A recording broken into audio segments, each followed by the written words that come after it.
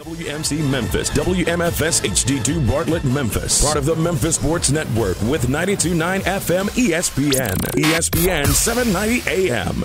The views and opinions of the hosts or guests of the following program do not necessarily reflect those of the management or staff of Intercom Memphis.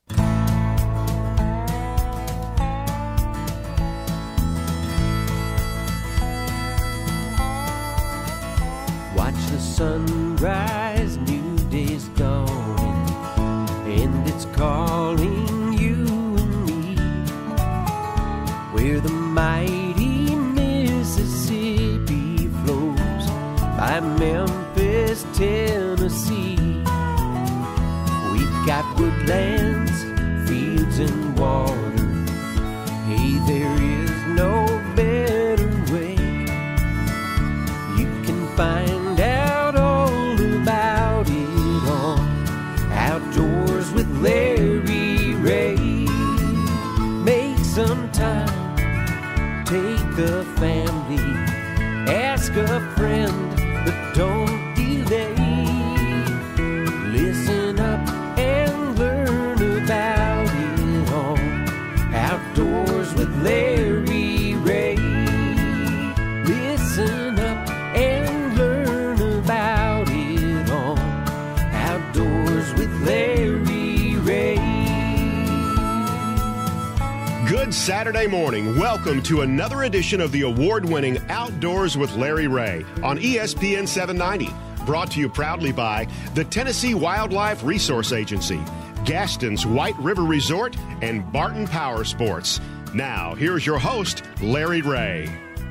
Hey, good Saturday morning. Welcome to Outdoors with Larry Ray on this 5th Saturday. Wow, it's hard to believe. We're coming up on the 1st of September, coming up on Tuesday, and this is 5th Saturday, which means... Yippee! Oh, An extra day with Gene Smith. Yeah, you can tell that baritone voice of Gene Smith. And Charlie Covington is in studio, too. Good morning, Charlie. Good morning to you. Charlie gets to come in how many times a year? 3, 4? Every now and then. Every now and then. And then, of course, straight in from Hot Springs, he just got off his motorcycle out here. No. That's near Burnt Mattress, isn't it? No. He's not in the mattress truck. Ron Wong is back from the Forest Wood Cup. Good morning, Ron. Good morning, everybody. Good morning, Charlie. Good morning, Gene. Good morning, Larry. Good morning. And good morning to all of you out there. In Radio Land. Yes. Oh, all 5 of you. All right, so, and of course, Greg Ratliff is taking care of us and pushing all the buttons that we unpush when he does this. But Ron has popped in this early Saturday morning to give us a synopsis, as only Ron can do, on the Forest Wood Cup. He's also brought in a couple of autographed photographs here, one of Forest Wood and one of Forest Wood and his lovely wife, Nina. Wow, these are going to be prizes that we're going to be giving away.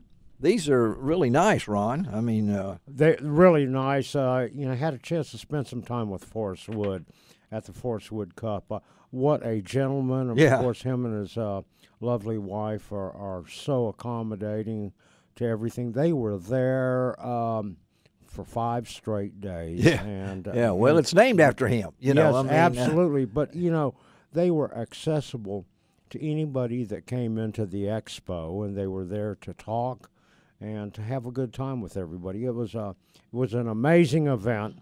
I have to tell you, it's Lake Ouachita is what they classify as a highland lake, which means it has lots of deep water, up to 120, 140 feet. It sure does. And I had the opportunity to spend 2 days on the water and 2 days at the expo. Of course, I want you to go out to lroutdoors.com to check out all the pictures. We'll have he has got the pictures coming in there. And really good stuff. But I have to tell you, congratulations to Brad Knight, an East Tennessee boy that wins it. And good job. Your guy was in there for a while. Jacob Wheeler was a leader on day 1 and day 3. Day 4, what happened was they had overcast skies. And what I was told by a lot of the anglers out there, that the overcast skies kind of made it hard for them to catch their fish, because what was happening is most of them were fishing over deeper water. And they were fishing balls of bait fish. And what happens on overcast days, everything tends to scatter, plus the fish can't see as well. I know that Jacob Wheeler was fishing a cove off of the main lake. He was sitting in 70 feet of water, catching his fish on topwater baits. In 70 feet of water. That's right. You could drown in that. That's right. And he was throwing up into the shallow part of 45 feet. Good and night. catching them That's on topwater baits. It's pretty amazing how they did it. And, of course, Brad Knight won it. He fished in the same cove, a tributary off of a creek, all 4 days. And he had enough fish to win it there. He was able to make the adjustments based on the weather conditions to win it. And what a fine young gentleman. You know, one of the things he said after he won, after they asked him, you know, what are you going to do with all your money? Yeah, $500,000. $500,000. He says, well, first of all, it's going to pay off my house. More importantly, I'm going to be able to now pay for my daughter, who is 3 years old, her college education. Wow. Wow. Is that not saying something? That's good. Man, Yeah, it's that's awful young to go to college, though. Yeah. Well, I hope And, if you heard that was Gene Smith. I mean, of course. And Jamie Colson, congratulations to him on finishing second. Yeah. He had 4 strong days, just not enough. Third place, Jacob Wheeler.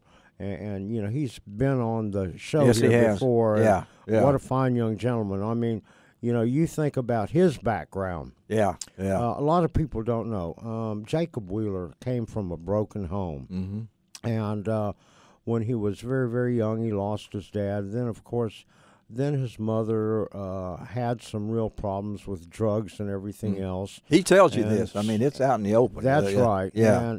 And, you know, he lived with his grandmother, and growing up, he was a nanny. Yeah. And so, quite amazing gentleman. Always a joy to talk to. We were pulling for him. I mean, that was Ron's choice. Yeah, it was. And he was fighting in there. And well, on the last day, it should have been an omen of what happened. On the last day of the Forestwood Cup. Yeah, what happened? What they do is they put you into a FLW boat. They have 10 of them that are all decked out. And so he put his boat in the water and everything, and he had it at the ramp there, and everybody was listening to the prayer that's said in the morning before everybody goes out in the Star Spangled Banner. And so he got back in his boat, and there's water in the floor of the boat. Not a good sign. Oh, boy. Not a good sign. Not a good what sign. happened was somebody forgot to put their plug in the boat. Oh, no. That former, Jacob the former employee of the FLW forgot to put. And so Jacob got out of his boat, got in the water fully clothed, and went underneath to put a plug back in. Oh, my goodness. Turned on his bilge pump, and he was soaking wet, had to take his jersey off and everything else. Then he had to make his little run to a spot. And, of course, the weather there every morning was in cool. the 60s. Yeah, it was cool. So it would be cool going down the lake at 70 miles an hour. On that water, with a wet shirt. Yeah, golly. But the winning, everybody caught fish on topwaters, essentially. It's amazing. And it's pretty amazing, whether it was a buzz bait or a walking bait or a popping bait.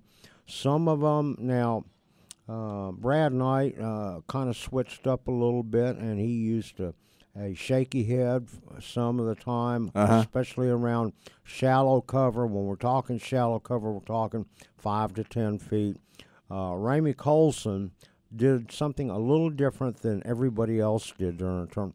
He targeted brush piles in 10 to 15 to 18 feet using a 10-inch worm, and that's how he caught all of his 10-inch fish. worm. That's right. Goodness. And this is Ron Wong, was our man at the Forestwood Cup. I got to ask you, Ron, how was the crowd? How did Hot Springs? Were they a good host? I mean, Hot Springs was an excellent host. I have to tell you, the crowds were a little bit light at the very beginning, but came Friday, Saturday, and Sunday. Yeah. It was jam full, and I have to tell you, Sunday they had a concert by a young gentleman named Justin Moore, who I had really never listened to before, a country and western singer. But, oh, my gosh, he put on quite a concert, and he's an Arkansas boy. Well, sure. They're not going to bring in somebody from Texas. You talk about a fine young gentleman Justin who Moore cares about. I'm writing that down. Please do. Yeah, Justin Moore. That cares about his state. Yeah. And about his upbringing. I had an opportunity to spend about 5 minutes with him backstage, and I have to tell you, Ron was everywhere. I was backstage, on stage. He was everywhere. He gained my respect because he cares about family and he cares about where he comes from, and he loves Arkansas. Of course, one of the things they had the final day, and Larry, you'll love this. They had the governor of Arkansas come up and talk right before the weigh-in. And guess what he did? What did he do? He had to do that woo-suey pig. He did that. He called the hogs? Oh, he called the hogs. Oh, he did. And I sat there and I thought, I'm not going to say anything. No. You were but thinking he sure did. You were thinking of me, though. I know that. I did. Yeah. I really thought. Well, what about do you expect Larry. over there? They're not going to do hotty-totty. Oh, come on. Oh, no. And I got to tell you something. The food around that area he's so good. 2 minutes left in the segment, and here comes the food. Go in and look at my Facebook page. Yeah, he's and got LROutdoors.com. There's a lot of good food there, and I have to tell you, I'm ready to go back. And by the way, you might as well make plans for next year. Next August, the Forest Wood Cup will be held out of Huntsville, Alabama, on Wheeler Lake. All right, that's an easy drive from Memphis over to Huntsville. Yes, so, it will be. And I like the way they do that. And Ron, the great job. And I had a meeting with our webmaster Guy Trebo this week. We're really going to feature this. Some of the great work that Ron's done from the ICAST. Ron is everywhere. He's been to Darrell Worley. He's been everywhere. We're going to try to get Brad Knight on one of the shows in September. We sure need to do that. And talk to him and talk a little bit about that. But Ron's going to have some special shows coming up in September with a lot of good guests on those 2nd and 4th Saturdays of September. We'll be talking fall fishing with Ron, and then after that, he's out of here because it's hunting time. Yes, it is. Yeah. Y'all get your guns ready and and bows. Go do it. Leave the lake alone. Leave the lake alone. All right, we'll be right back. We got Charlie Covington. He's got this poem he's ready to do. What's the name of it again, Charlie? Looking forward to fall. See, there you go. That fits in good. Gene Smith, Wigwam Gene, we'll tell you about that. Greg Ratliff is in here in transition. He's got 7 or 8 jobs moving and everything else. So we'll be right back on Outdoors with Larry Ray on ESPN 790. Find out all about it on Outdoors with Larry.